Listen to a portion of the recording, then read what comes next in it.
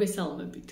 დღეს ვისაუბრებ სავსე მთვარეობაზე, რომელიც გვექნება 9 აგვისტოს და იმოძრაობს ლომი მერწყულის ღერძზე, სადაც მთვარე მოძრაობს მერწყულის ზოდიაქოს ნიშანში. ძალიან მნიშვნელოვანი სავსე მთვარეობა იქნება იმ კუთხით, რომ აქ ბევრ პლანეტებს აქვთ როგორც დაძაბული, ასევე ჰარმონიული ასპექტები, მაგრამ პირველ რიგში აუცილებლად გავიხსენოთ ის, რომ ჯერ კიდევ 11 აგვისტომდე აქტუალურია ლომის ზოდიაქოს ნიშანში რეტრო მერკური. ასევე საინტერესო იმით, რომ სატურნი და ნეპტუნი დაძაბულ ასპექტს ქმნიან მარსთან, რომელიც მოძრაობს სასტორის ზოდიაქოს ნიშანში, ესეც ერთ-ერთი ურთიერთობების ღერძია და ამავე დროს ეს პლანეტები დადებითი ასპექტებით გადიან როგორც ურანთან, ასევე პლუტონთან. ეს პლანეტარული წყობა როგორ იმოქმედებს ზოდიაქოს ნიშნებზე, ორკვირიანი ფაზა ამას ნელ-ნელა ჩავშლი. რა თქმა უნდა, დაძაბული და ემოციებით სავსე მთვარეობა გვექნება, რადგან აქ რეტრო მერკური ისევ და ისევ აქტუალურია და ეს ვთხოვს რაღაცა ძველის დამთავრებას და ამას ხელს უწყობს ასევე ლომი მერწყულის ღერძი ახალ საწყისებზე საუბრობს და განახლებებზე. რა თქმა უნდა, პირველ რიგში ძველი უნდა დასტურდეს, რომ ახლის დაწყებაზე, შემდეგ ახალ მთვარეობაზე ვიფიქროთ, რომელიც გვექნება 23 აგვისტოს ქალწულის ზოდიაქოს ნიშანში და იქ მოგვიწევს ზუსტად დეტალებზე მუშაობა ჩვენი ყოველდღიურობის, ჩვენი ჯანმრთელობის, სამსახურეობრივი საკითხების, მაგრამ სანამ იქამდე მივალთ აუცილებლად რაღაცა ძველი უნდა დავასრულოთ. ეს სავსე მთვარეობა, რა თქმა უნდა, ძალიან ემოციური სავსე მთვარეობა იქნება, მაგრამ ვინც სტრატეგიულად გათვლის ნაბიჯებს, ეს ტრიგონები აუცილებლად მოგცემთ ძალიან კარგ გასვლას შედეგებზე. შეგიძლიათ ამ პერიოდში გადააწყოთ თქვენი ცხოვრება ზრდისკენ და არა დესტრუქციისკენ. აქ რა თქმა უნდა გვექნება კონფლიქტური გამოწვევები, ძნელი ამ პერიოდში სიმშვიდის შენარჩუნება, ამიტომ კონფლიქტურობის ალბათობა, რომელიც პიკს აღწევს, აუცილებლად სიფრთხილით უნდა გავიაროთ, არ აყვეთ დაპირისპირებას, მოგიწევთ რაღაცეებისგან განთავისუფლება, მაგრამ კონფლიქტების გარეშე. მთლიანობაში 9-დან 12 რიცხვამდე არის ძალიან საფრთხილო ეს პერიოდი. განსაკუთრებით ამძაფრებს სიტუაციებს პარტნიორულ ურთიერთობაში, პარტნიორულ ურთიერთობას გულისხმობ როგორც პირადი, ასევე საქმიანი კუთხით, რადგან აქ გაყინული ემოციების ამოფრქვევა შეიძლება მოხდეს. შესაძლებელია გააქტიურდეს სამართლიანობისა და უსამართლობის შეგრძნება ძალიან დიდი, რა თქმა უნდა, რაც გამოიწვევს ეს დაძაბულობას. რაც შეეხება ზოდიაქოს ნიშნების ზოგად დახასიათებას, აქ პირველ რიგში მინდა შევეხო ვერძის ზოდიაქოს ნიშანს. მთავარი გასაღები ეს იქნება მოთმენა, რომელიც შეეხება კარიერას და ასევე პირად ურთიერთობებს. აქ აუცილებლად უნდა გაანალიზოთ ის, რა არის გასაშვები თქვენთან და რა უნდა დატოვოთ, ხოლო რჩევა იქნება ის, რომ პარტნიორულ ურთიერთობებში მოერიდეთ აუცილებლად კამათს და დაპირისპირებას. რაც შეეხება კუროს ზოდიაქოს ნიშანს, აქ აქტიური იქნება ცვლილებები როგორც პროფესიული, ასევე ფინანსური კუთხით, ხოლო სავსე მთვარეობა შეეხება თქვენ სამსახურსა და ოჯახის საკითხს, სადაც ბალანსის დაცვა აუცილებლად მოგიწევს. რჩევა იქნება, თუ ცვლილებები აქტუალური გახდა თქვენთან, აუცილებლად მიიღეთ. ყუბები ზოდიაქოს ნიშანს, თქვენთან ძალიან აქტუალური იქნება რაღაცა ახალი იდეების წამოწყების თემები, გააქტიურებული იქნება უფრო კონტაქტური საკითხები, ბევრი გადაადგილებების თემები, ინფორმაციის მიღების საკითხები.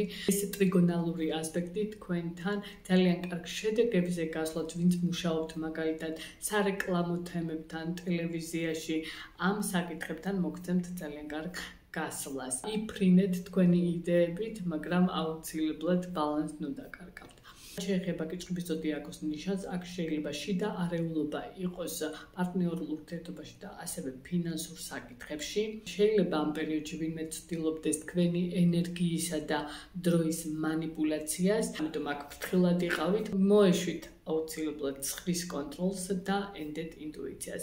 რა არის რჩება? ჩაიკეტებით საკუთარ თავში, გახსენით საკუთარი ემოციები.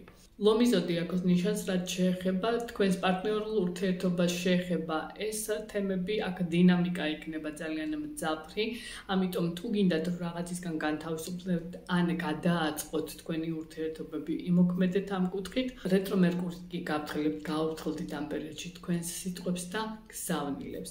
რაც შეეხება რჩევას, იამაყეთ რა თქმა უნდა ამ პერიოდში თქვენი საქმეებზე, თქვენი გადაწყვეტილებებით, მაგრამ აუცილებლად მოусმინეთ სხვებსაც.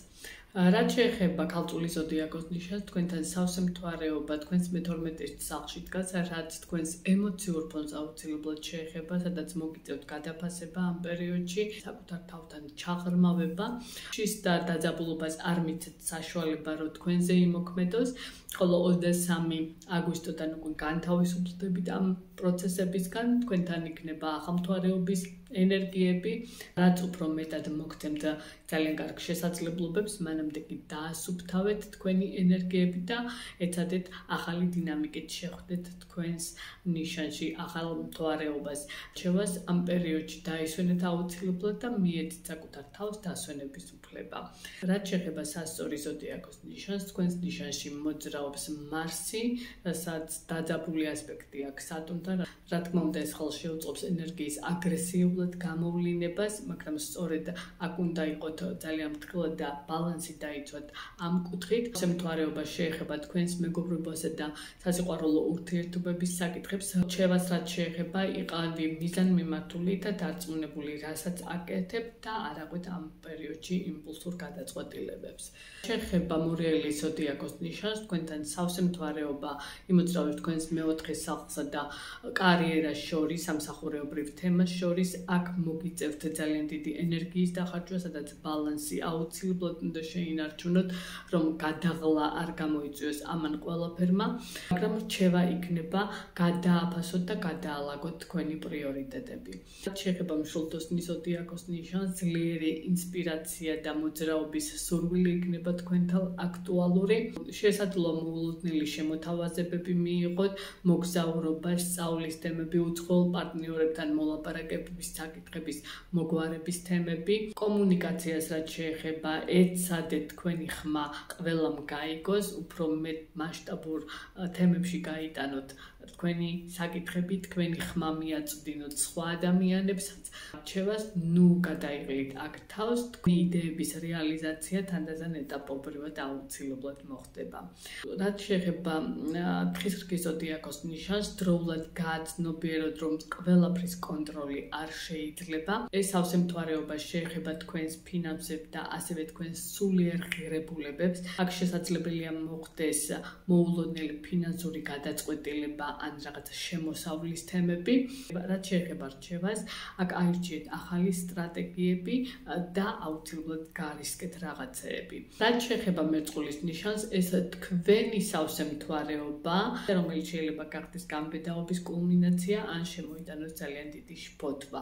აქ რა თქმა უნდა გაძლიერებული იქნება თქვენი ქვეცნობიერი და ამიტომ მოიკრიბეთ ძალა და გახსნენით თქვენი უნარები. რაც შეეხება რჩევას, გაგიტაცებთ მხოლოდ ლოგიკა, აქ გულის ხმასაც აუცილებლად მოусმინეთ.